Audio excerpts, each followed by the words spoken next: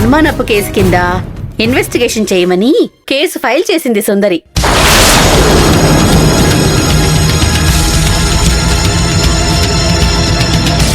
నేను కూడా special investigation ఆఫీసర్ని అపాయింట్ చేయమని చెప్పాను.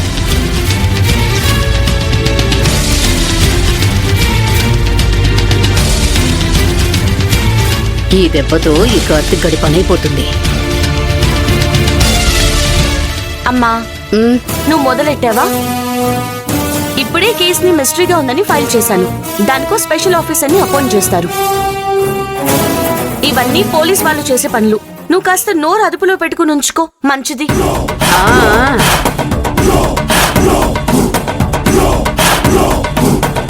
సరే, నేను వెళ్ళొస్తాను.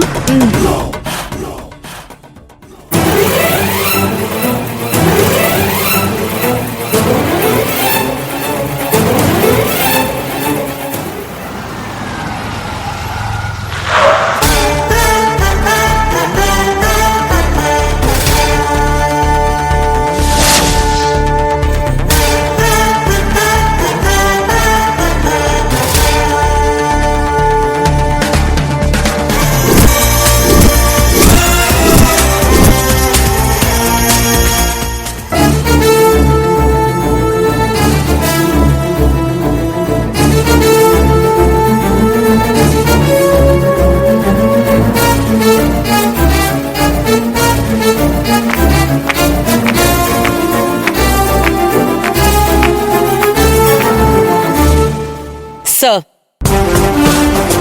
Congrats Kiranmayi. Sorry sir. Sorry ఎందుకు కిరణ్మయి? నేను సాధించింది చాలా చిన్నది సార్. వాడింతకాలం మన మధ్య ఉన్నాడు. వాడు పార్టీలంటూ తిరుగుతూ అఫీషియల్గా మన ముందున్నా చాలాసార్లు మనం ఏమీ చేయలేకపోయాం. పొలిటికల్ ప్రెషర్, పై అధికారుల నిర్లక్ష్యం వల్ల అతన్ని ఇంతకాలం మనం ఏమీ చేయలేకపోయాం సార్. చెయ్యలేకపోయాము అంటే అది మన అసమర్థత. ఎన్నిసార్లు వాడు మన ముందు ప్రెస్ మీట్, కాన్ఫరెన్స్ పెట్టలేదు సార్. ఇప్పుడు టైం వచ్చింది, అందుకనే పక్కన పెట్టి మరీ వాడిని పట్టుకున్నాను సార్. ఇది నా ఒక్కదాని క్రెడిట్ కాదు sir, total department credit sir. నీ సిన్సియారిటీ అంటే నాకు చాలా ఇష్టం కిరణ్మయి. ఈ సందర్భంగా నీకు ఇంకొక బాధ్యత అప్పచెప్పబోతున్నాను. ఇది మన డిపార్ట్మెంట్ అలసత్వం కాదు. ఒక ఫ్యామిలీలో 250 కోట్ల కుట్ర జరిగింది.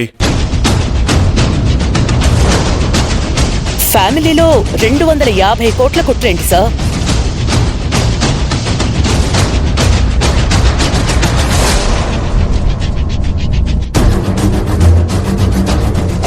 రాజశ్రీదేవి డెత్ అనేది న్యాచురల్ డెత్ కాదు, సంవత్సరం కావస్తుంది. అది ఒక మిస్టరీ అని ఇప్పుడు అనుకుంటున్నారు. అలాగే రాజశ్రీదేవి గారు ఆస్తిని ఆ మైనర్ బాలిక పేరు మీద ఎందుకు రాయాల్సి వచ్చిందో మనకు తెలియాలి. ఆ రాజశ్రీదేవి గారు ఒక వ్యక్తి కాదు, ఆవిడ ఈ సొసైటీకి చాలా మంచి చేసింది. అలాంటి మంచి వ్యక్తిని చంపాల్సిన అవసరం ఎందుకు వచ్చింది? ఆవిడ్ని నిర్దాక్షిణ్యంగా చంపాల్సిన అవసరం ఏమొచ్చిందో మనకు తెలియాలి. ఈ కేసుని ఎలా ఇన్వెస్టిగేషన్ చేస్తావో నేను నీకు సలహా ఇవ్వను. ఇల్లెక్కడ సార్? నువ్వు వెళ్ళి ఏం చేస్తావు? అది నేను చూసుకుంటాను సార్. వాళ్ళ ఇల్లెక్కడా?